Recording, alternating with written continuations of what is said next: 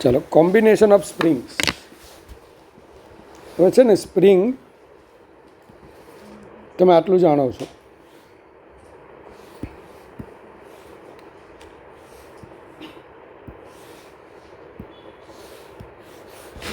जो स्प्रिंग होती है ना, उसका एक फोर्स कांस्टेंट होता है, उसकी एक लेंथ होती है.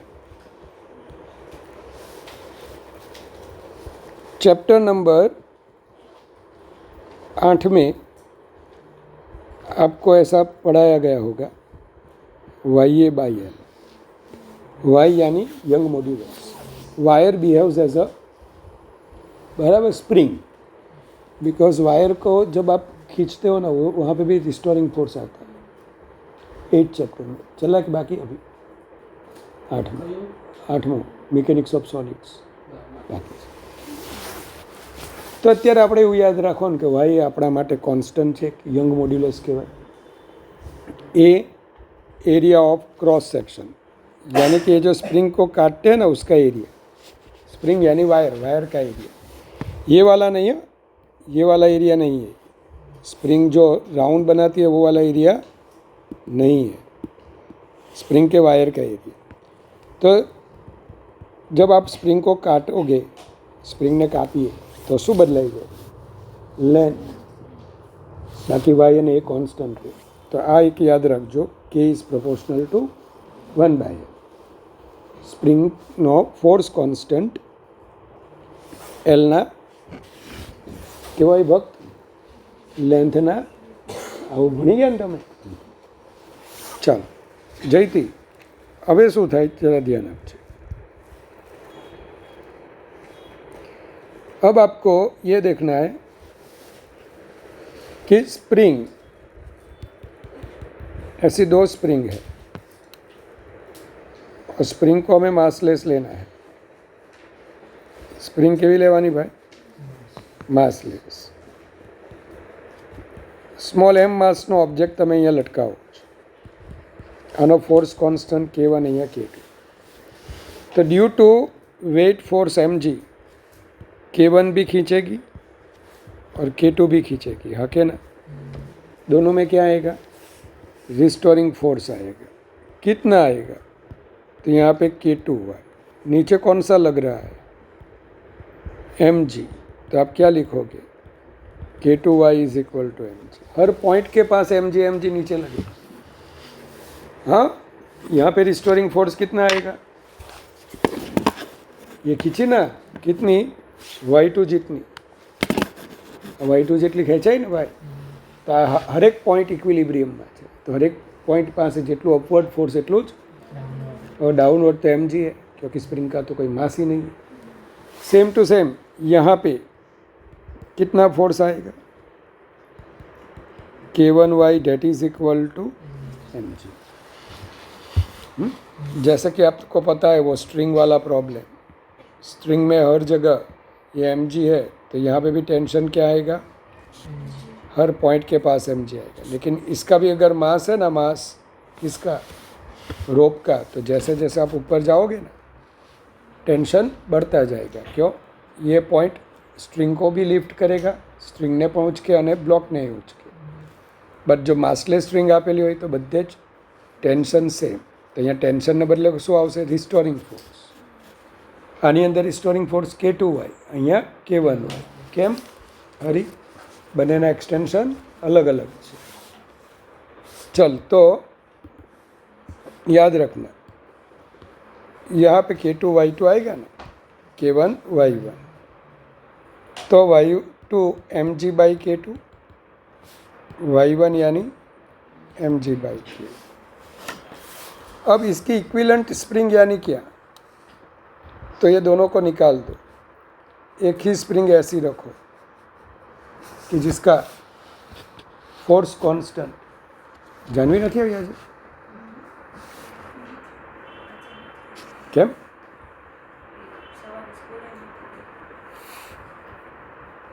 તો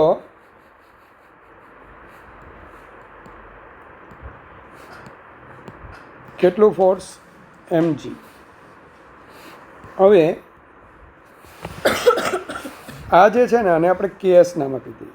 સિરીઝ છે, આ બેને સિરીઝમાં કહેવાય 1/1. तो ये दोनों मिलके कितनी नीचे एक्सटेंड हुई, y1 प्लस y2. ये अकेली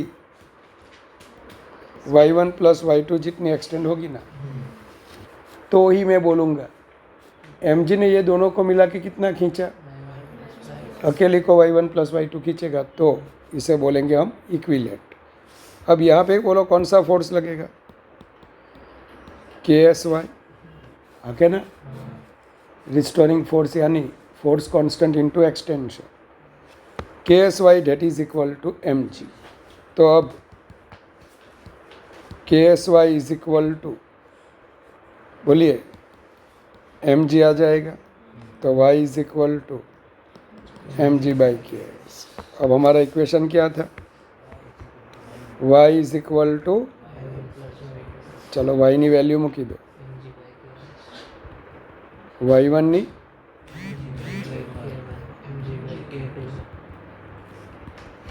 one upon KS that is equal to,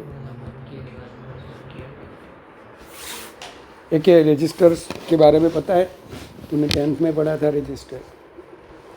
register parallel में होते हैं तो 1 upon RP is equal to 1 upon R1 plus 1 upon, तो स्प्रिंग सीरीज में होती है. तो कैसा इक्वेशन आएगा, 1 upon K1 plus 1 upon K2, जैसे कि रेजिस्टेंस का पैरेलल में हो.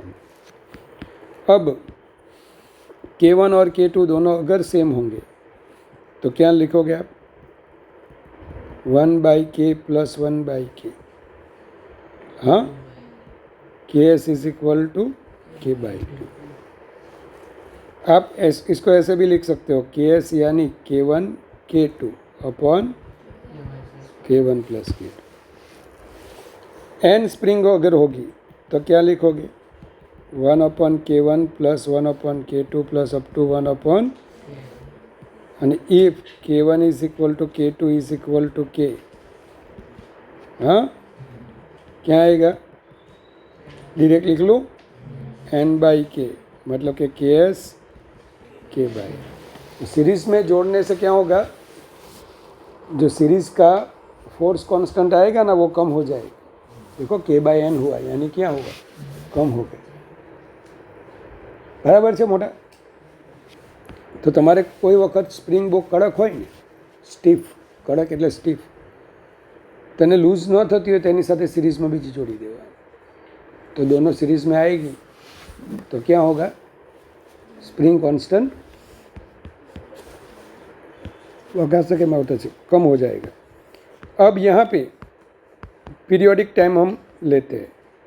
ये अकेली जब होती है तब इसका पीरियोडिक टाइम 2π m/K1. ये अकेली अगर होगी तो उसका m/K2. और इसके लिए क्या आएगा, 2π √m/KS. सभी में mm ही है. अब 1 अपॉन K1 अगर मैं लिखता हूँ तो T1 square upon 4π square m. सही है. यहाँ पे 1 अपॉन K2 लिखता हूँ, T2 square upon 4π square m. और इसके लिए अगर मैं लिखता हूँ तो मैंने स्क्वायर लिया फिर बाद में ऐसा किया, पता है. अब 1 upon KS 1 upon K1 plus 1 upon K2. चलो, तो पीरियोडिक टाइम का इक्वेशन क्या आएगा, 1 upon KS T square upon, फिर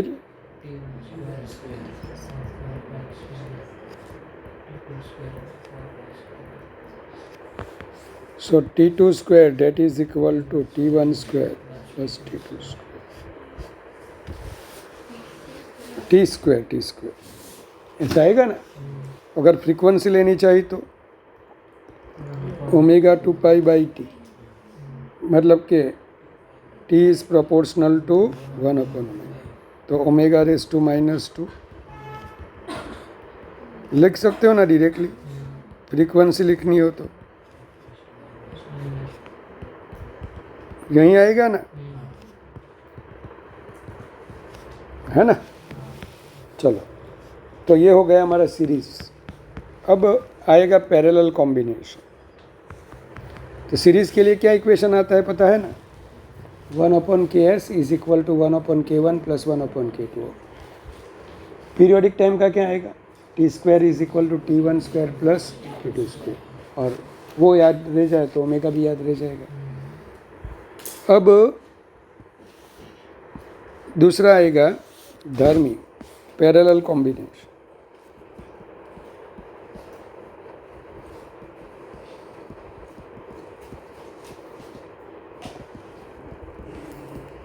चलो પેરેલલમાં શું આવે, તો આ રીતે તમને બે સ્પ્રિંગ આપેલી હોય,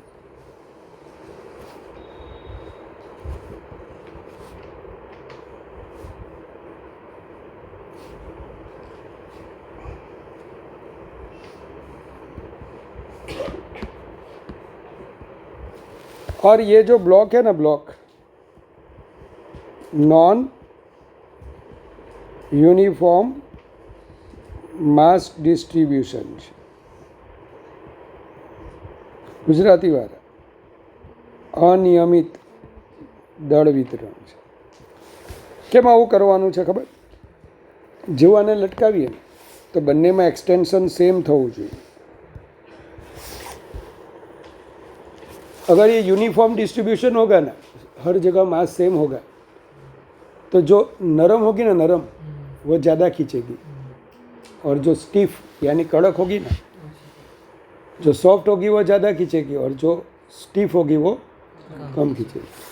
हमें दोनों को सेम एक्सटेंशन देना है। तो जो सॉफ्ट होगी ना, सॉफ्ट वहाँ कम मास, और जो स्टीफ होगी वहाँ पे ज़्यादा मास, कि जैसे दोनों का एक्सटेंशन क्या हो जाए, सेम। तो ध्यान ना, अब तो देख यहाँ पे mg फोर्स लगेगा, ये कितनी खींची y, तो यहाँ पे रिस्टोरिंग फोर्स k1, यहाँ पे k2। अब ब्लॉक की FBD तो बना लेगी ना, तो जितना फोर्स अपवर्ड इतना ही डाउनवर्ड। देखना यहाँ पे ब्लॉक पे ये फोर्स लग रहा है ना, प्रोड्यूस कहाँ पे हो रहा है, स्प्रिंग पे, लेकिन लग किस पे रहा है, ब्लॉक पे। तो अब तो क्या लिखेगी यहाँ पे, k1y प्लस k2y।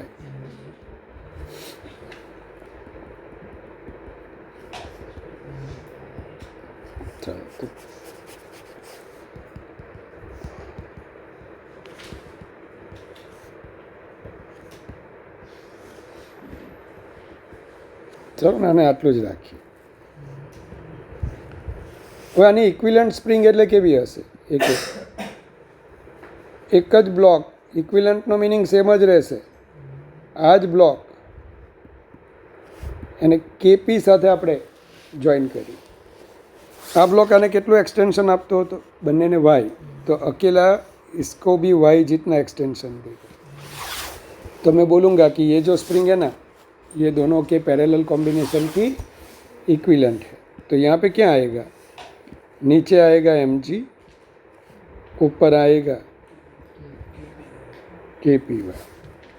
तो kpy यानी आप क्या लिखोगे, चलो एक और दो को आप कंपेयर कर लो, तो k1y kpy। तो kp इज इक्वल टू, और तारी रेजिस्टन्स में सीरीज कॉम्बिनेशन जो इक्वेशन होता है यहाँ पैरेलल में थी, ત્યાં R1 is equal RS is equal to R1 plus R2 plus, याद है ना सीरीज, अब इतना रेजिस्टेंस ज्वाइन करेला था। चलो अब इसकी जो फैमिली है, पहले फैमिली से पहले इसका T1 2π, जब ये अकेला होगा, अकेला T2 2π, तो यहाँ पे K2 क्या आएगा, 4π² m अपॉन T2²। यहाँ पे क्या आएगा, K1 T1²। और इसके लिए m/kp, तो kp इज इक्वल टू, अब kp इज इक्वल टू क्या आया, k1 प्लस k2 आया ना, तो 4 square m t square, 4 square m,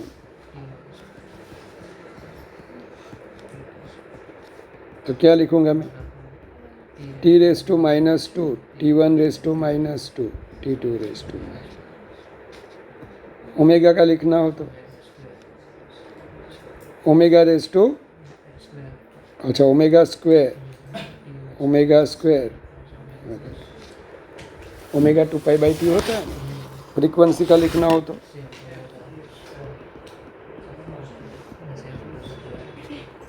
नीटમાં બંને પૂછાયેલા, જય ધ્યાન આપ।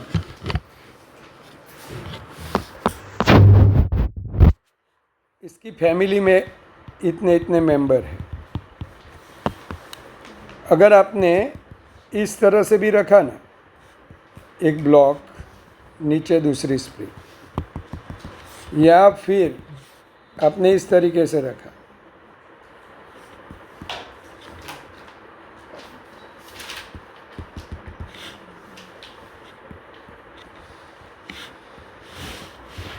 ठीक है, तो इसको y जितना ऐसे डिस्प्लेसमेंट देगी, किसको, ब्लॉक को, मतलब ब्लॉक ने ધ્યાન હતું y જેટલું ડિસ્પ્લેસમેન્ટ આપે, તો આ k1 વાળી શું થાય ને k2 નું શું થાય, k1 કમ્પ્રેસ થાય, દબાય, અને k2 એક્સટેન્ડ થાય। ચલો, જે એક્સટેન્ડ થાય ને એમાં રિસ્ટોરિંગ ફોર્સ બોલો k2y ઉપર, અહીંયા જે કમ્પ્રેસ થાય તેમાં પણ ઉપર, એટલે ભાઈ કમ્પ્રેશન થાય તો બહાર તરફ અને एक्सटेंशन થાય तो अंदर तरफ। तो नीचे वाली कॉम्प्रेस हो रही है। अब यहाँ पे फोर्स कितना लगेगा, ये mg, same k2y plus k1y mg, वही वाला इक्वेशन आया यार। इसमें देखते हैं, इसको मैं x जितना डिस्प्लेसमेंट देता हूँ, तो कौन कॉम्प्रेस होगी, k2 वाली। अगर ये कॉम्प्रेस होगी तो उसमें रिस्टोरिंग फोर्स ऐसे आएगा। कौन एक्सटेंड होगी, उसमें भी रिस्टोरिंग फोर्स ऐसे आएगा। आपने कितना फोर्स लगाया, सपोज कर लो है, तो k1x plus k2x that is equal to, force चाहे कोई भी हो, सेम एक्सटेंशन अगर होगा तो दोनों को हम क्या बोलेंगे, इसका k इक्विलेंट यानी गुजराती वाला समतुल्य, k1 प्लस k2, और omega square that is equal to ω1 square, ω2 square. चलो, पता चल गया। तो देखो मैंने ऐसा ही किया हुआ है, तो सिमिलर केसेस। अब इम्पोर्टेंट केसेस, ये सबसे बड़ा इम्पोर्टेंट यही है। याद रखना, स्प्रिंग चाहे जिस तरह से भी ब्लॉक के साथ जुड़ी हुई हो, आइदर वर्टिकल हैंग किया हुआ ब्लॉक, आइदर हॉरिजॉन्टल हो, आइदर स्मूथ सरफेस पे ऐसे लटकी हुई हो, आइदर ब्लॉक पूरा डूबा हुआ है, क्या, हाँ, टोटल इमर्स्ड, हाँ, ये मैंने नहीं लिखा है वहाँ पे, टोटल इमर्स मतलब संपूर्ण डूबेलो। तो याद रखना क्यों मैंने संपूर्ण डूबेला ऐसा लिखा है। कौन सौम्य મને જવાબ આપશે પછી, હું અહીંયા ક્વેશ્ચન માર્ક મૂકું છું। અને જો સંપૂર્ણ ડૂબેલો ન હોય અને આમ તરતો હોય અને પછી આમ રાખેલું હોય, तो अब टी कितना आएगा, क्या यही रहेगा कि बदल जाएगा, जो भी होगा वो तेरे को आंसर देना होगा उसका। अभी मैं कुछ नहीं बता रहा, यहाँ पे मैंने बोल दिया अभी क्या, पूरा डूबा हुआ है। और ये जो है ना ईटा यानी कोफिशिएंट ऑफ विस्कोसिटी, पढ़ा दिया एक विस्कोसिटी चला दिया स्कूल में, शुरू हुआ है। पानी का भी रेजिस्टिव फोर्स लगता है जिसे विस्कस फोर्स बोला जाता है। वरना दो ही में गुजराती में बोलूँ तो बे हलेसा मारूँ तो हूँ कंईक नदी ने क्रॉस करीने जतो न रहो। क्या बोलते हैं उसको हलेसा को? तू नदी में बैठे हुई है, हाँ चप्पू, चप्पू चलाया तूने 2 बार और तू शांति से ऐसे बैठ के तू पॉपकॉर्न खाने लगी तो तू सामने वाले छोर पे पहुंच नहीं जाएगी। हाँ, छोर એટલે કિનારો, છોરા પાસે પહોંચે, છોર તો સામેના કિનારે તું પહોંચી ન જાય એમ મારે કહેવું છે। तेरे को चप्पू चलाना ही होगा। क्यों? क्योंकि वहाँ पे भी एक विस्कस फोर्स लगता है।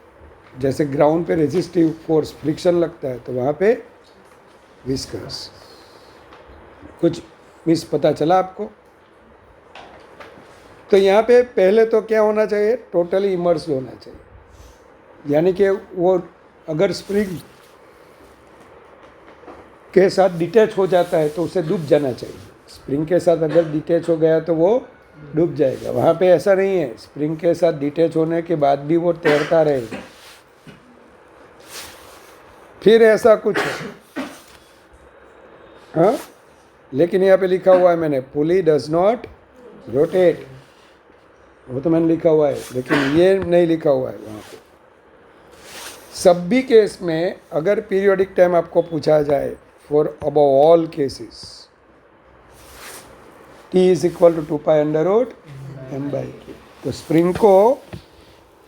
स्प्रिंग मास सिस्टम को कितना पता है? स्प्रिंग और ब्लॉक सिस्टम को कितना पता है? कौन सा फोर्स मेरे को ओसिलेशन करवाए वो उसको मैटर नहीं करेगा। कौन ओसिलेट हो रहा है? एम मास। कहाँ पे ओसिलेट हो रहा है? के पिछवाड़े, यानी कि के स्प्रिंग के साथ पिछवाड़े मतलब કે જોડાયેલો છે। તો સ્પ્રિંગને આટલી જ ખબર પડે ગુજરાતીમાં બોલ, મારો ફોર્સ કોન્સ્ટન્ટ કેટલો અને મારી સાથે કોણ અટેચ થઈ ગયું છે,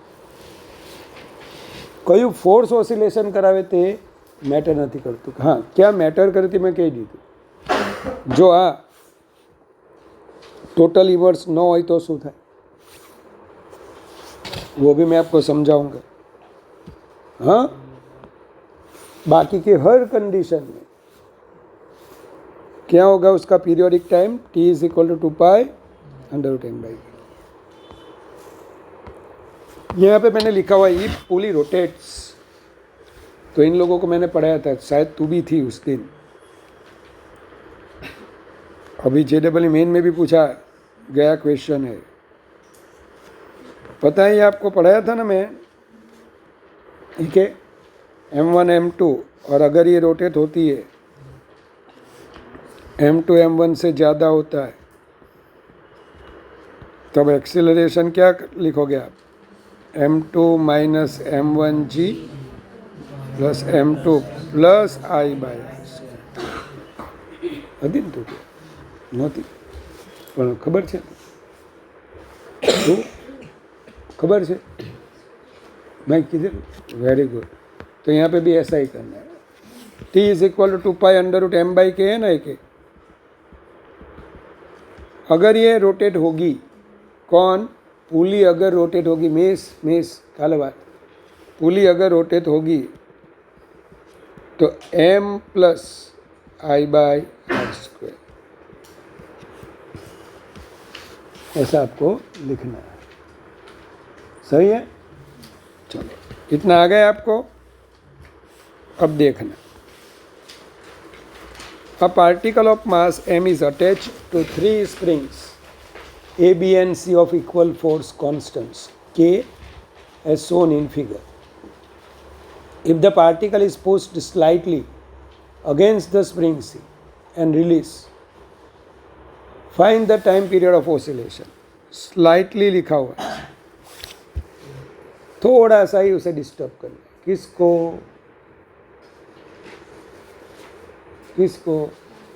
ब्लॉक को, वो जो सी वाला, ये जो ब्लॉक है ना, इसको कहाँ पे डिस्प्लेस करना है, सी की डायरेक्शन। तब आपको ऐसा सोचना है कि अगर ये एक्स जितना डिस्प्लेस होगा तो कौन सी वाली स्प्रिंग एक्स जितनी दबेगी, सी वाली, हाँ कि नहीं? तो इसमें बोलो रिस्टोरिंग फोर्स कहाँ पे आएगा, ऊपर की ओर, यानी कि यहाँ पे आएगा ऐसा।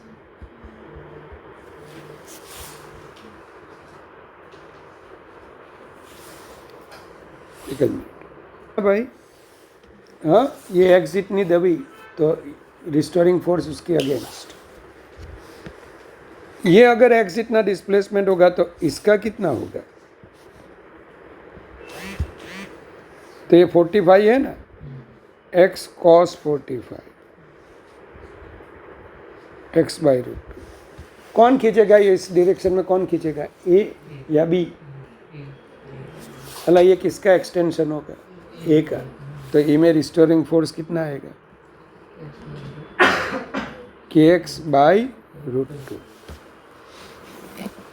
चलो बी भी नीचे जाएगी यार, कितना नीचे जाएगी, एक्स साइन 45 यानी एक्स बाई रूट 2। कौन नीचे जाएगी, बी। तो उसका बोलो एक्सटेंशन कहाँ, सॉरी एक्सटेंशन नीचे है तो रिस्टोरिंग फोर्स कहाँ पे आएगा, कितना आएगा। चलो अब थोड़ा यहाँ पे दिखा देता हूँ। ये आया के एक्स बाई रूट 2, ये भी आया के एक्स बाई रूट 2। जयती आ खबर थे ना मिस, एफ है 90 डिग्री, वो वेक्टर मैंने पढ़ाया था रूट 2 एफ। तो ये दोनों का मिला के कितना आएगा, रूट 2 टाइम्स के एक्स बाई रूट 2 के एक्स। दूसरा इसी डायरेक्शन में दूसरा है ना अभी बाकी, कौन, के एक्स। तो के इक्विवेलेंट एक्स क्या मिलेगा आपको, के एक्स प्लस के एक्स, 2 के एक्स। तो के इक्विवेलेंट क्या मिला आपको, 2 के। अला भाई तो टी इज इक्वल टू શું આવશે, 2 પાઈ एम बाई 2 के। सही है। अच्छा समझाऊँ क्या वर्ड से, ध्यान समझायु भक्त।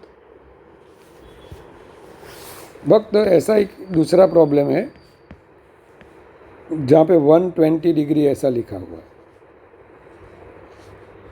अब जब 120 डिग्री पे ये तीनों स्प्रिंग है ना,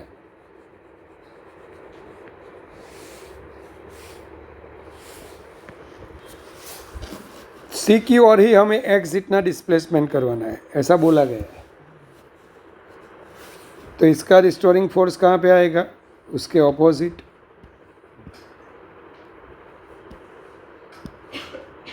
हाँ क्या ना। चलो ये एक्स जितनी खींची तो एक काम करो, ये भी 120 है, ये भी 120 है। एक्स का ये कंपोनेंट क्या आएगा, x cos 60 means what, x by 2। चलो स्प्रिंग भी कितनी खींची, एक्स बाई 2, तो वहाँ पे रिस्टोरिंग फोर्स कितना आएगा। चलो अब ये इसका इस डायरेक्शन में ले लो, ये भी तो एंगल 60 होगा। ये एक्स बाई 2 तो इसका भी क्या आएगा, के x by 2। F force 120 degree.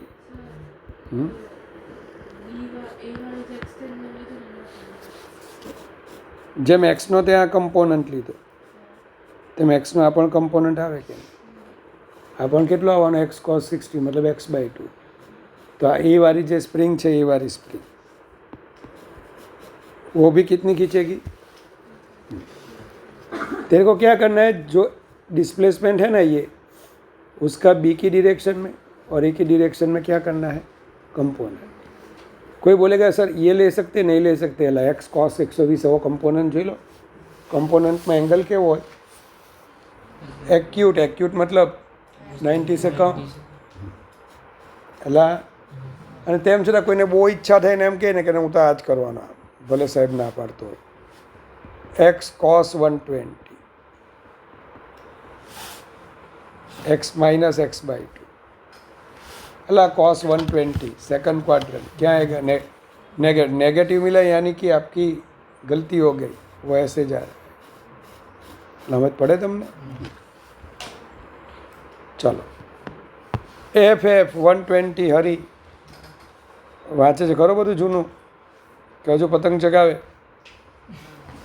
ઘણા અમે એવું કરતા, ઉત્તરાયણના દિવસે લૂંટતા, પછી 1 મહિનો પતંગ ચગાવતા, લૂંટેલા પતંગ ચગાવતો કેવું કરે,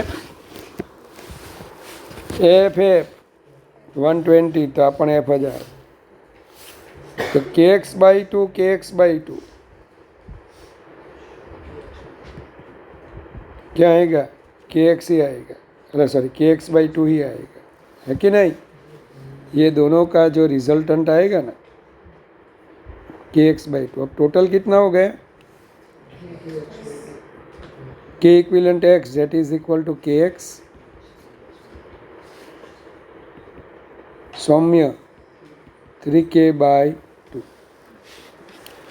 चल तो बेटा बोल तो t क्या आएगा, 2π m/k इक्विवेलेंट, हाँ √2m/3k।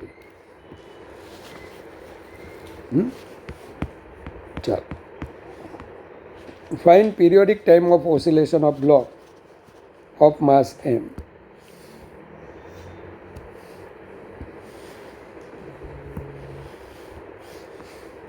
ચાલો હવે જાગ જોજો, હવે થોડું બધું ડેન્જર થાય છે। બબ્બે મેથડ સમજાવું। આવી એક સ્પ્રિંગ છે જેના આટા મૂકી દીધલા ને, પહેલાં ભાઈ પૂછી જ લેજો, અહીંથી 12મા વાળાને પણ મારે બીજી વખત ભણાવવું પડ્યું, અમુક અહીંથી આટા મૂકી દેશે। હવે શોક સભામાં આવેલા ને તેમાં જ બેસશે, હવે ભલે હું જીવતો।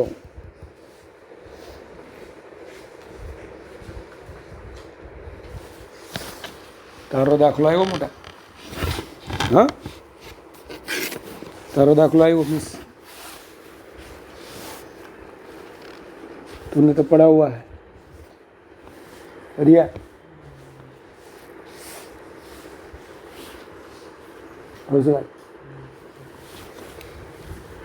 जसवंत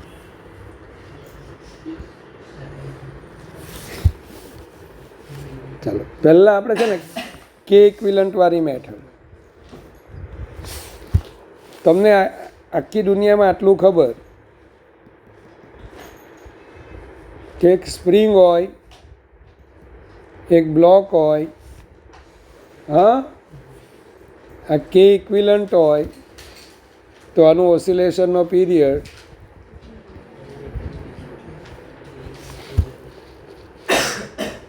હવે આમાં આ બ્લોકને એક્સ જેટલો તમે ખેંચો तो k equivalent x that is equal to शो आवशे, बोलसे नहीं। जब इक्विलिब्रियम होगा ना, जब मैंने ये m मास वाला ब्लॉक यहाँ पे रख दिया तो k इक्विवेलेंट x जितनी वो खींच नीचे गया, कौन, ब्लॉक x जितना नीचे गया तो m। अब जयती उसमें मत देखना वरना पता ही नहीं चलेगा, उसमें मैंने पढ़ाते पढ़ाते लिखा हुआ है k equivalent x that is equal to mg। Same to same અહીંયા mg is equal to something x लावानो છે। जो समथिंग आएगा ना उसे हम k इक्विवेलेंट बोलेंगे। चलो पहले तो ये इक्विलिब्रियम में है, ब्लॉक को कितना नीचे जाना है, यहाँ पे कितना नीचे जा रहा था ब्लॉक x, तो यहाँ पे भी हमें x जितना है। तो यहाँ पे बोलो इक्विलिब्रियम में जब आएगा तो स्ट्रिंग में क्या होगा? टेंशन। ये क्या आता है टेंशन दिखाने का? दोनों छोर पे ऐसे एंड पे उंगलियां रखो इनवर्ड, फिर यहाँ पे बोल रहा हूँ यहाँ पे तो इनवर्ड, यहाँ पे भी इनवर्ड। मिस पता चल गया आपको? अच्छा है। अब ये अगर x जितना नीचे गया तो ये पुली x/2 जितनी नीचे आएगी। कैसे मिस? तूने सिर हिला के हक में आंसर दिया। वागरी वो m मास है, वो नीचे x जितना गया तो वो पुल बापा लेवा रोटेशन।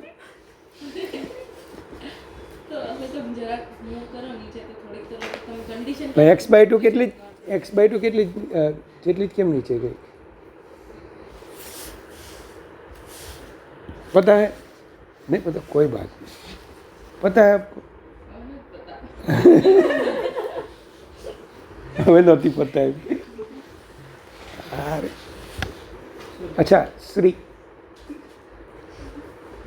हाइड एंड सीक खेल रही है तू?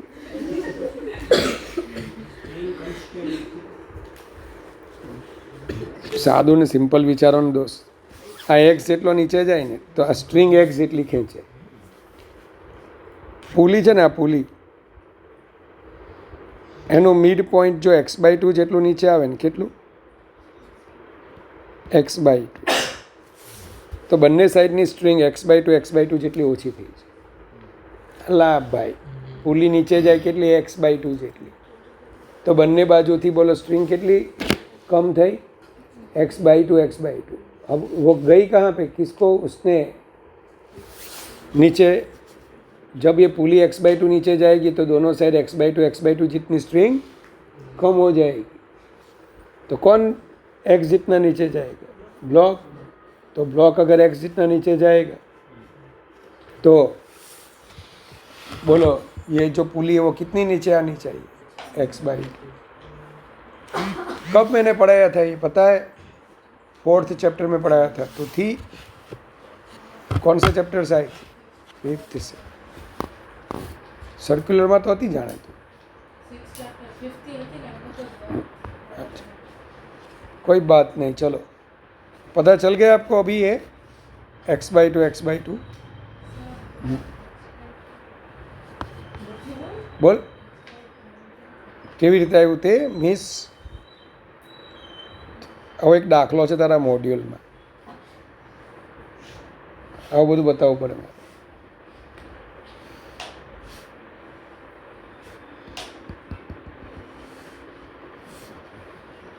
એફ ફોર્સથી લગાડીએ ને આનું કંઈ एक्सीलरेशन આપેલું છે। उस टाइम महेंद्र सर ने बोला था कि ये पुली सपोज ऐसे आई ऐसे, तो अब नई स्ट्रिंग कितनी आ गई होगी? बोलो इतनी आ गई होगी कि नहीं? कितनी कम हो गई? इतनी कम हो गई। अल्लाह भाई, तो सपोज इसका x जितना डिस्प्लेसमेंट हुआ, किसका? ब्लॉक का। तो ये टोटल स्ट्रिंग कितनी बोलो इधर गई होगी? 2x। क्यों 2x? ये x जितना आगे आएगा ना, ये x जितना, तो दोनों साइड से कितनी स्ट्रिंग बोलो यहाँ पे चली जाएगी? 2x। अल्लाह ये x कम हुई, ये x कम हुई। अब यहाँ से वो स्टार्ट होगी, तो स्ट्रिंग को कितना खींचा आपने? 2x। तो ये कितना आगे आया? x जितना। चलो इसको मैं x जितना खींचूंगा तो ये कितना आगे आएगा? x/2। अरे मिस हजूमत नहीं पड़ी, समझाएगी? चलो पता कि फिर दूसरी कोई डायग्राम बना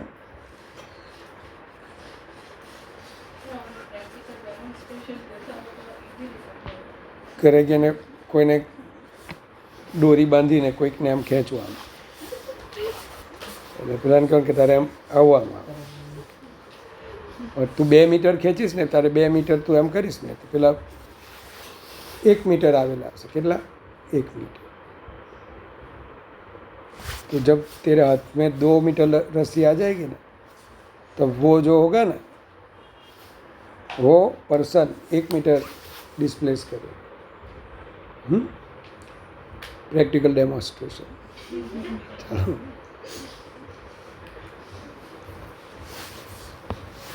समझा?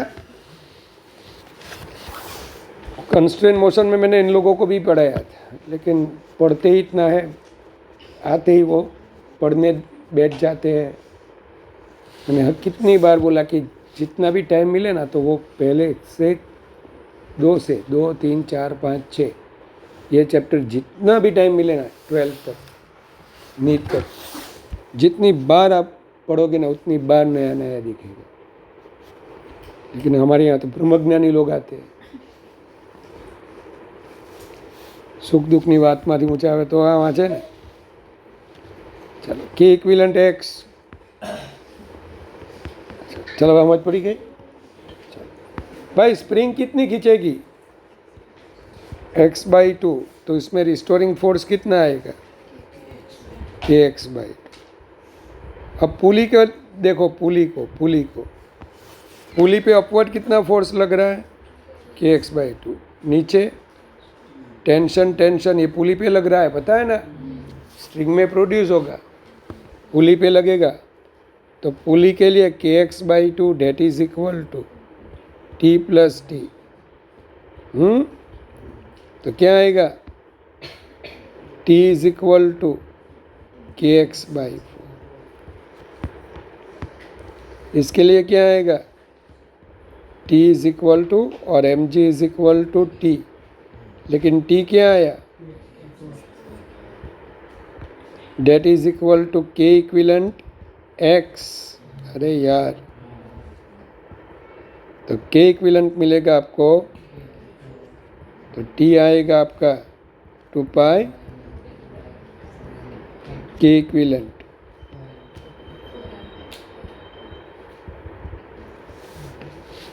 टू को आप 4 को बाहर भी निकाल सकते हो, तो आपका आंसर ये भी आ सकता है। सही है? यानी कि जब अब मैं ऐसा देखूंगा ना, ऐसा स्प्रिंग हो, पुली हो, तो यहाँ का जो स्प्रिंग का फोर्स कांस्टेंट है ना, उसको मैं क्या लिख दूंगा? k/4। ये पूरी सिस्टम में को मैं क्या कंसिडर करूंगा? k/4। इसका k इक्विवेलेंट क्या आएगा? k/4। तो एक झंडू बाम जैसा क्वेश्चन आपको दिया हुआ है, देखो कितना खतरनाक क्वेश्चन। आपको ऐसा दिखना चाहिए, ये वाला सिस्टम दिखा यहाँ पे, सेम टू सेम यहाँ पे है, सेम टू सेम यहाँ पे है, और इसका k1 डैश क्या आएगा? k1/4, k2 dash, k3 dash,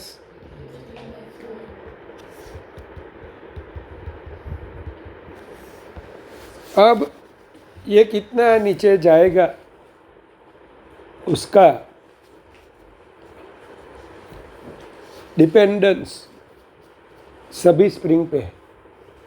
आ खेचाए तो या नीचे जाए, आ खेचाए तो या नीचे जाए, आ ऊपर खेचाए तो ही नीचे जाए, आ नीचे खेचाए तो ही नीचे जाए। कौन से कनेक्शन में ब्लॉक का नीचे जाना हर एक का एक्सटेंशन पे निर्भर करता है? सीरीज में, अला भाई सीरीज में पेलो y1 गई, बीजी y2 गई, तो ब्लॉक टोटल कितलो गयो? बोलो, y is equal to y1 plus y2। ये नीचे जाएगा, उसके लिए कौन कौन सहाय करेगा? ये भी खींचेगी, ये भी खींचेगी, ये भी खींचेगी। तो इसको मैं क्या ले सकता हूँ पता है? इसका इक्विवेलेंट क्या आएगा? ये चारों जो स्प्रिंग है ना, 4 spring, k1 dash, k2 dash, k3 dash, k4 dash, और उसके नीचे कौन आएगा? अब ये चारों कौन से कॉम्बिनेशन में होंगे? सीरीज। तो सीरीज का बोलो, 1/k1 dash, k2 dash, 1/k4 सौम्य की खबर पड़ी। चलो k1 डैश k/4 तो 4 में बाहर निकाल दूंगा।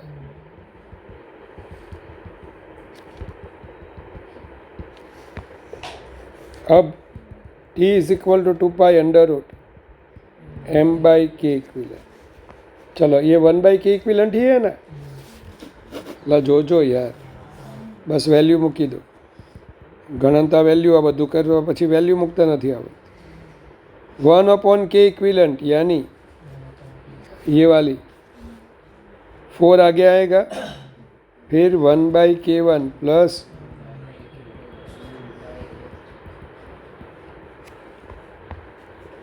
चलो उन्होंने 4 को बाहर निकाला तो 2, तो आंसर ऐसा आएगा।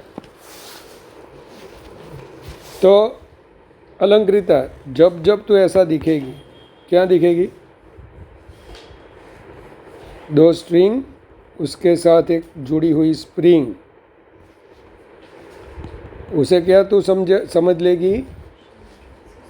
Spring having force constant k/4। ये k है, उसके बजाय k/4। मित्र सौमी ख्याल से आया था ना? ख्याल हो तो वेरी गुड। तेरे को ख्याल था ऐसा? नहीं था। ચાલો હવે આમાં બીજું આવે, આમાં ફરી પાછી જો પુલી ફરી હોય તો જો m है ना m प्लस i/r², अगर वो घूमी पुली तो m प्लस i/r²।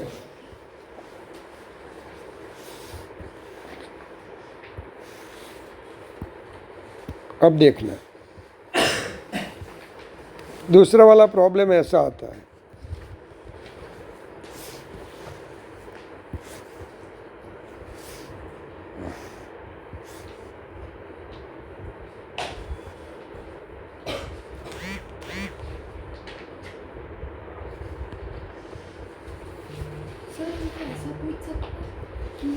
ऐसे जो 4 वाला था उसमें कुछ रोटेटिंग पुलीस है, कुछ स्टेशनरी। ऐसा हो सकता है ना, लेकिन वो बहुत ज़्यादा डेंजर हो जाता है ना ऐसा, वो एडवांस पे चला जाएगा। फिर ये m, चलो શું કરવાનું? આનું ઇક્વિલન્ટ શું હશે? આ k સ્પ્રિંગ કોન્સ્ટન્ટ છે।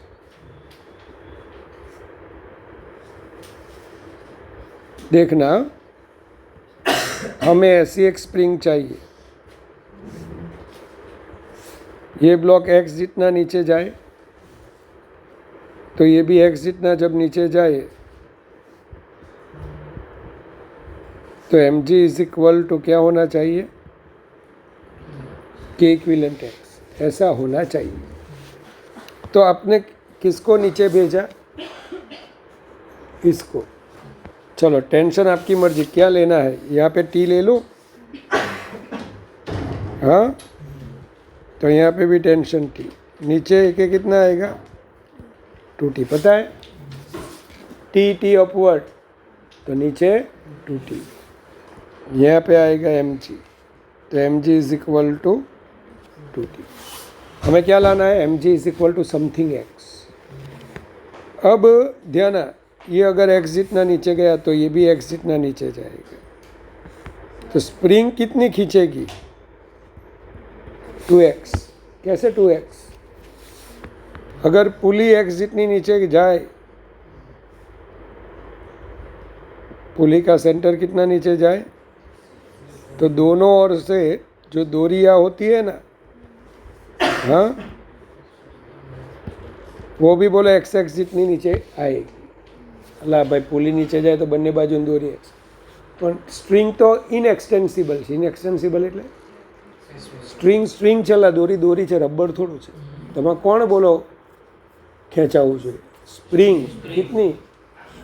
2x, કારણ કે આ બ્લોક જો નીચે જાય, શ્રીજા देख ले,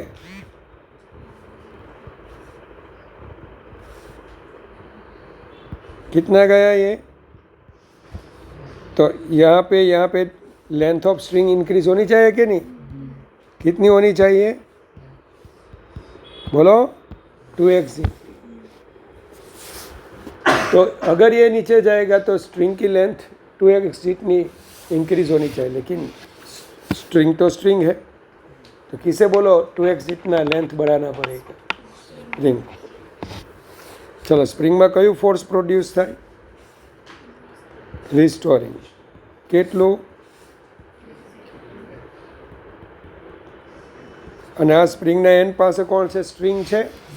સ્ટ્રિંગમાં કયું ફોર્સ આવે? ટેન્શન. આ પોઈન્ટ ઇક્વિલિબ્રિયમમાં છે. જેટલું ફોર્સ ઉપર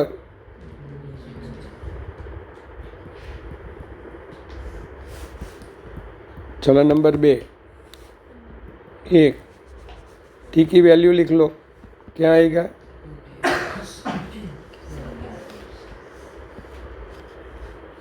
डेट इज इक्वल टू के इक्विलेंट एक्स. तो के इक्विलेंट क्या मिलेगा? Periodic time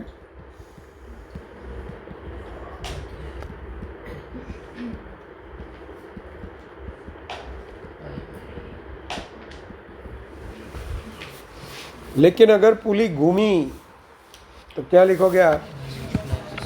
m plus I by R square. आ गई મેથડ. આ ગણજો, હું આ ગણાવીશ પાછા તમે જે દિવસ આવશો ને.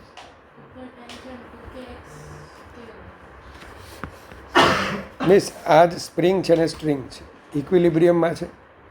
સ્પ્રિંગ ખેંચાયેલી છે. સ્પ્રિંગમાં કયું ફોર્સ લાગે? k × 2x. અહીંયા કોણ છે? તો સ્ટ્રિંગમાં કયું ફોર્સ આવે? આ પોઈન્ટને 2kx ફોર્સ ઉપર લાગે. આ પોઈન્ટ પર ટેન્શન કેટલું લાગે? નીચે. આ પોઈન્ટ બોલો इक्विलिब्रियम में है, जॉइंट इक्विलिब्रियम में है. अगर ये बढ़ जाएगा तो जॉइंट टूट जाएगा. हाँ, जॉइंट जे છે ને આ પોઈન્ટ એનું ઇક્વિલિબ્રિયમ જોવાનું, જેટલું અપવર્ડ એટલું ડાઉન. Very good. હવે સમજાઈ ગયું મિસ? ચાલ, તો આની બીજી મેથડ જોઈ લે. ગણજો ઘરે જઈને, નહીં ગણે ને ત્યારે પતી ગયો માનજો, પછી નહીં આવડે. ના, આ વિડીયો છે ને બહુ કિંમતી છે. આવી બધી મેથડ છે ને, હવે મેથડ બદલી નાખું છું. આમાં આપણે શું શોધ્યું મિસ? કે ઇક્વિલેન્ટ. હવે આપણે શોધવાનું છે એમ ઇક્વિલેન્ટની મેથડ. આવી કોઈ મેથડ છે જ નહીં. स्वामी, एम इक्विलेंट वाली मेथड जानता है कुछ? के इक्विलेंट पढ़ाया होगा. हाँ, तो एम इक्विलेंट देखना. हमारे पास पहले ये सिस्टम थी. मैं दोनों एग्जाम्पल अब दूसरी मेथड से करवा रहा हूँ, फिर जो पसंद आए वो रखना. लेकिन आनी दोनों चाहिए, बनने आवड़ती होवी જોઈએ. ऐसा ही था. दूसरे में क्या था तारा?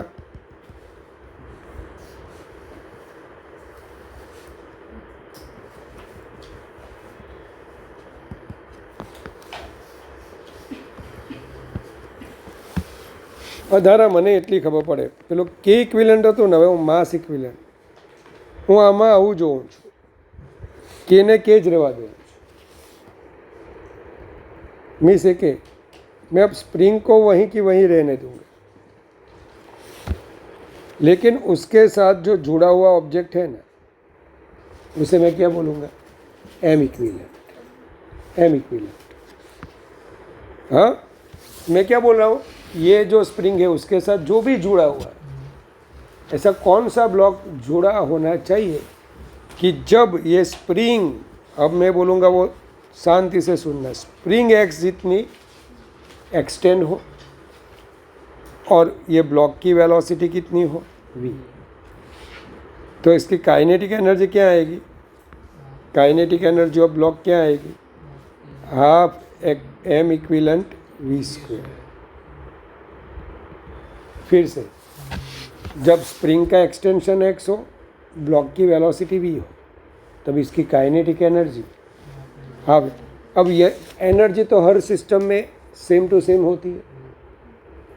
यहाँ पे मैंने ये पूरी एनर्जी को एक ब्लॉक की एनर्जी मानी है અને અહીંયા આખા સિસ્ટમમાં જે કાઇનેટિક એનર્જી હતી એને મેં બ્લોકની આ એમ ઇક્વિલન્ટની એનર્જી લઈ લીધી. જોજો આવડા 3 પેજ ભરીને દાખલો છે એડવાન્સમાં.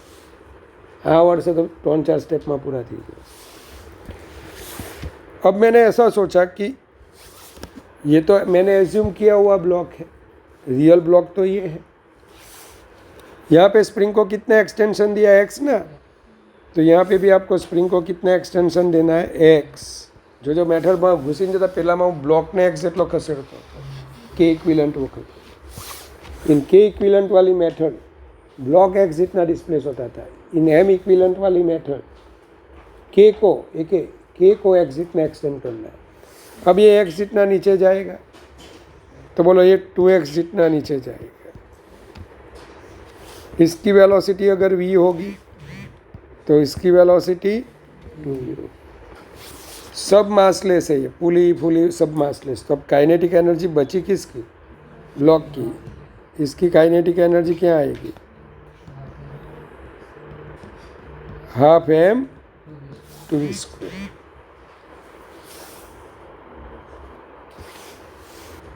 ચાલો, તો આ કાઇનેટિક એનર્જી ને આ સિસ્ટમની કાઇનેટિક એનર્જી કેવી હોવી જોઈએ ભાઈ? સેમ. કે નહીં બદલવાનું, માસ બદલી કાઢવાનું. એનર્જી કોની લેવાની? આ જે લટકેલો બ્લોક હોય, 2 બ્લોક હોય, 3 બ્લોક હોય, જેટલું હોય બધા આખા સિસ્ટમની કાઇનેટિક એનર્જી લેવાની. હા, એકચ્યુઅલી શું આવશે? Half m equivalent v² that is equal to kinetic energy of system. આખા સિસ્ટમમાં કોણ છે? બ્લોક એકલો જ છે ને, તો એની જ કાઇનેટિક એનર્જી લઈએ ને. હાફ m 2v², हाफ जाए, v² चला गया. देखो m इक्विलेंट क्या आया? 4m. t is equal to 2 pi under k by m equivalent by k. हला भाई 4m बाय k. આવું જ મેં કીધેલું. આગલામાં આન્સર આવો જ હતો. सही है? कौन सी वाली मेथड अच्छी है? हाँ, बीजी वाली. પણ બીજી વાલીમાં શું કરવાનું સમજ છે ને? પહેલાં તો ઘણા તો બધાને હમણાં જ 12મા વાળા પરમ દિવસે જ મેં કરાયું. પરમ દિવસે તો તમારી આગલા દિવસે. આમાં શું ન બદલવાનું? मीन्स है के सेम रखना है. अब ये हमारा M equivalent, half M equivalent v². धर्मी, तो ये स्प्रिंग जाएगी नीचे x, है ना? वेलोसिटी v होगी. अब आपको देखना है कि स्प्रिंग x जितनी जाएगी ना, तो इसका डिस्प्लेसमेंट x/2 ही होगा. એટલે ભાઈ x/2 જાય, પેલી x જેટલી જાય તો બંને બાજુ સ્ટ્રિંગ. हाँ, x/2 तब जाके ये x जितनी खींचेगी. तो ये ब्लॉक कितना नीचे जाएगा? x/2. चलो, इससे उसका डिस्प्लेसमेंट हाफ, तो इससे इसकी वेलोसिटी भी. चलो, सिस्टम में सिर्फ यही बचा है, half m equivalent v², half m v/2². Half चला जाएगा, v² चला जाएगा, m/4. हाँ, m इक्विलेंट बाय k.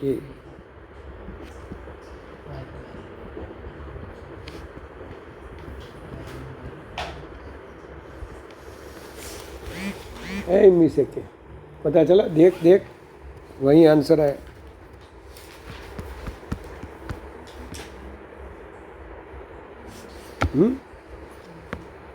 के इक्विलेंट वाली मेथड भी लिखी हुई है. ए पुली रोटेट्स I/r².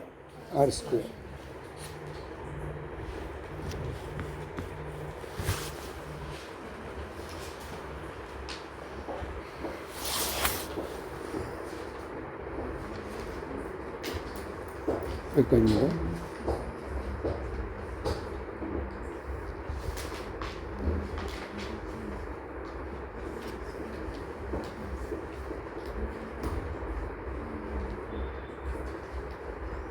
आज कौन सी तारीख है?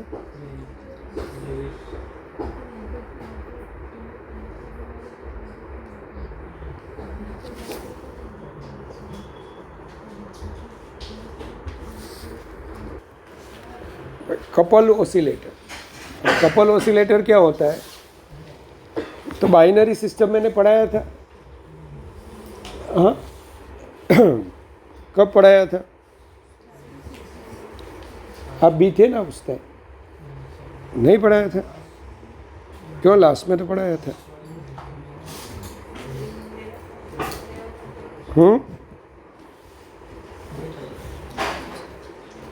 कपल ओसिलेटर क्यों मैंने उस दिन पढ़ाया था कि जब दो पार्टिकल अपने सेंटर के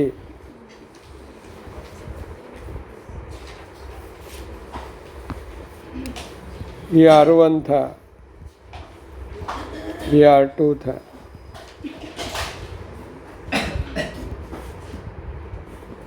ऐसा नहीं पढ़ाया था? ये R1 रेडियस पे घूमेगा, ये R2 पे घूमेगा. Reduce mass. जब दो पार्टिकल का सिस्टम इधर, उस टाइम मैंने बोला था कि अपने सेंटर ऑफ मास के अबाउट रोटेट होगा ना. किसके अबाउट रोटेट होगा? सेंटर ऑफ मास के अबाउट रोटेट होगा. तो ये दो पार्टिकल के सिस्टम में एक ही पार्टिकल के सिस्टम एज्यूम कर सकता, लेकिन यहाँ पे दोनों के बीच का डिस्टेंस यानी एक ही पार्टिकल का एक्सिस से डिस्टेंस, ये दोनों के बीच का डिस्टेंस क्या था ना. और यहाँ पे मैं म्यू ले लेता हूँ. अब म्यू क्या आता था? m1 m2 upon. अब इसकी भी इसकी जो मोमेंट ऑफ इनर्शिया आएगी ना, म्यू आर स्क्वायर, वहीं वो सिस्टम की भी होगी. मैंने गिनती करके दिखाया था, याद है? इसकी जो काइनेटिक एनर्जी आएगी ना, वही पूरे सिस्टम की काइनेटिक एनर्जी. बोलजो v स्क्वायर એટલે r स्क्वायर ओमेगा. अगर इसको आपको गिनना है ना तो आपको ऐसा करना पड़ेगा k1 प्लस k2. आई अगर लिखना होता i1 प्लस, कितनी लंबी लंबी गिनती थी वहाँ. वो रोटेशनल का लास्ट लेक्चर था, जिन्होंने देखा, तुम नहीं देखा था. सबसे बढ़िया वही लेक्चर था और आप વેકેશન की मौज ले रहे थे. આખા રોટેશનલનો સૌથી સારામાં સારો લેક્ચર હોય ને તે છેલ્લો મોડ્યુલ. ચાલો દિશા જોઈ લો, તે બધી વાત જોઈ લો. ભક્ત તું તો અહીંયા છે તેમ કે half mu v square, half m1 m2 upon m, એટલે આવું. આને કહેવાય બાઇનરી સિસ્ટમ. હવે બાઇનરી સિસ્ટમમાં છે ને બીજી સિસ્ટમ આવી આવે કે આ બે બ્લોક સ્મોલ m માસનો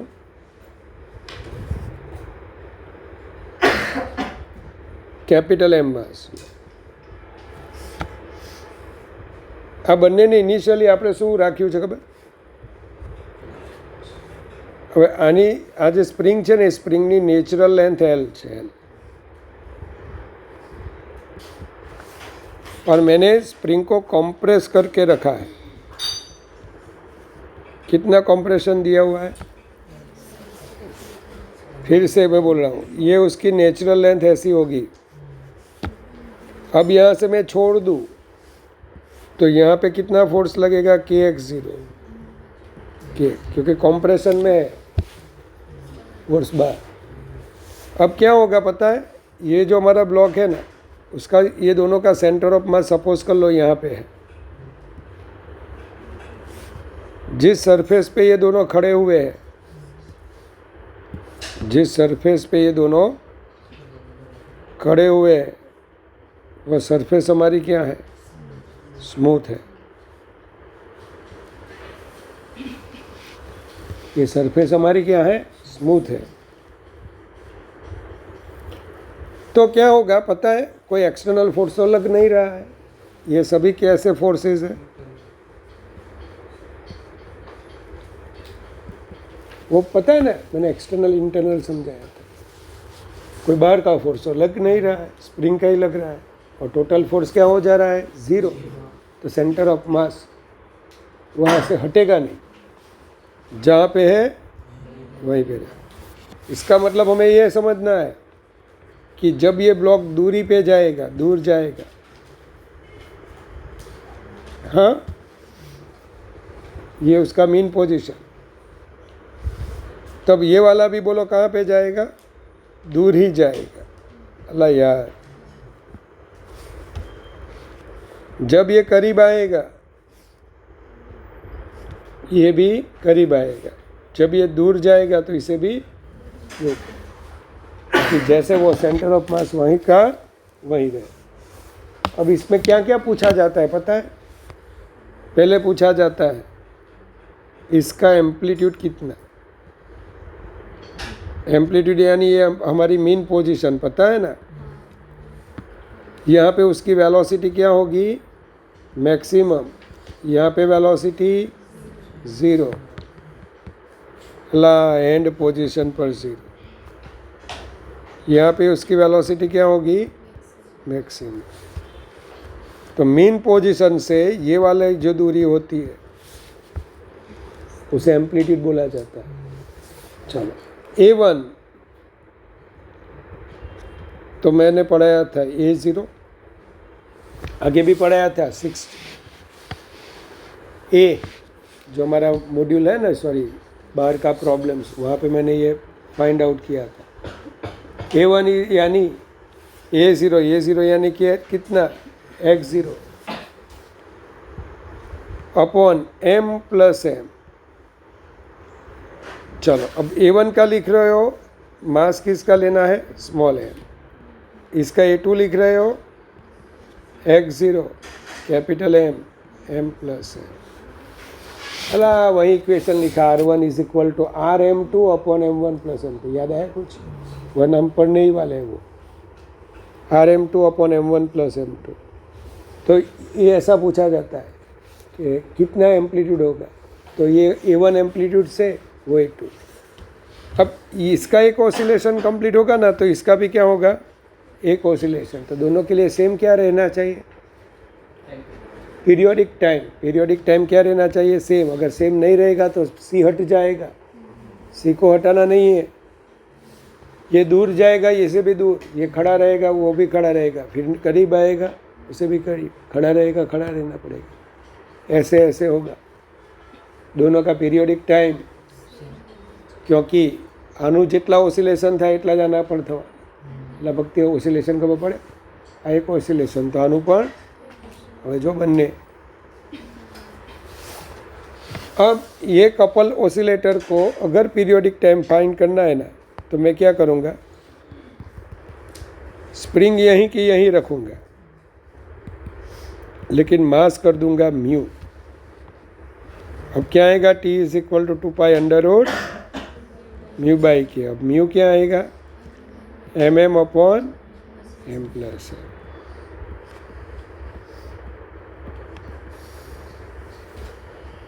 ધારે ખબર પડી? આનું જે રિડ્યુસ માસ લઈ લેવા કપલ ઓસિલેટર, બંનેની સેમ જ પીરિયોડિક ટાઈમ છે, પડી? તો આને કયો ઓસિલેટર કહેવાય ભાઈ? Coupled oscillator. કપલ मतलब કે બે કપલ છે। ચલો, A1 plus A2 x0, A1 A2, इस तरीके से मैंने लिखा हुआ है। By taking binary system, reduce mass क्या आएगा? T 2 under root mu by k. चलो, ऐसे भी क्वेश्चन पूछा जाता है। ये HCV का क्वेश्चन है। ऐसे एक कार्ट है, ऊपर ब्लॉक है, ब्लॉक को ऐसे खींचो, બ્લોકને આમ ખેંચીને છોડી દેવાનું છે. ગાળાને એમ પકડી રાખજો. હા, નીચે જે કેપિટલ એમ છે ને, કેપિટલ એમ कार्ट છે, कार्ट गाड़ू, इसको ऐसे खींच के छोड़ना है. ये देखाय છે भाई. આને આમ ને આને આમ ખેંચીને પછી रिलीज કરી દેવાનું છે. जैसे ही रिलीज करोगे ना, ये इधर आएगा तो इधर आएगा. अल्लाह भाई, ये दूरी पे जाएगा तो ये भी दूरी पे जाएगा, लेकिन सेंटर ऑफ मास वही का वही. तो ये तो कपल ऑसिलेटर हो गया. जो कोई फोर्स है वो इंटरनल है. क्या आना चाहिए Saumya? T is equal to 2 pi under root mu by k. अब म्यू क्या आएगा? Small M M M plus. चलो JEE एडवांस. अब देखो, ये अगर x जितना कंप्रेस हुई तो ये x जितना क्या होगी? एक्सटेंड. क्या अभी मैंने पढ़ाया था आज कि ऐसा ब्लॉक है, नीचे दूसरी स्प्रिंग है, ये x जितना नीचे जाएगा तो नीचे वाली स्प्रिंग दबेगी, ऊपर वाली खींचेगी. के इक्विवेलेंट क्या आएगा? तो ये दोनों भी पैरेलल में है. मीन्स त्रिज्या, तेरे को क्या करना है, जो स्मॉल एम मास है ना, उसे ऊपर ले जा थोड़ा, तो ऊपर वाली स्प्रिंग क्या होगी? कंप्रेस. ये जितनी कंप्रेस होगी नीचे वाली उतनी ही. तो ये तो यार पैरेलल है. तो के इक्विवेलेंट क्या आएगा? K1 plus K2 2K. और तारी बड़ा फोर्सेस तो इंटरनल है. अब क्या होगा? उसका जो सेंटर ऑफ मास होगा ना, वो वहीं का वहीं रहने वाला है, क्योंकि इंटरनल फोर्सेस है. वो दोनों ऊपर जाएंगे, साथ में नीचे आएंगे, फिर से ऊपर जाएंगे, ऐसा ऐसा करते रहेंगे. तो उसका mu M into M by M plus M direct लिख लूँ, M by 2. T is equal to 2 pi under root mu by k. चलो म्यू क्या आया?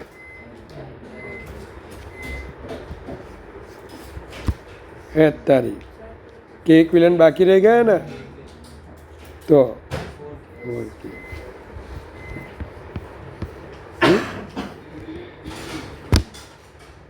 चलो अब सब प्रोसेसेस आ रही है. थर्मो पढ़ा दिया है स्कूल में, फिजिक्स में, केमिस्ट्री में थी साરું. જો બધી આ પ્રોસેસ જેટલા ટાઈપના MCQ છે ને, જેટલા ટાઈપના બધા તમે બીજું કંઈ ન વાંચો ને, આને 5-6 વખત વાંચી કાઢો ને, પછી તમને ગમે તેવો અનનોન દાખલો આવે ને તોય આવડી. કપલ ઓસિલેટર, ફિર આ પણ છે, પછી ઓસિલેશન ઓફ લિક્વિડ કોલમ પણ છે, પછી ટનલ ખોદવાની છે તે પણ છે, અને પછી સન્ડે આપણું આ થિયરી બધી ઓલવાઈ જશે સન્ડે. આટલું વાંચીને જાઓ છો, મહેરબાની કરજો.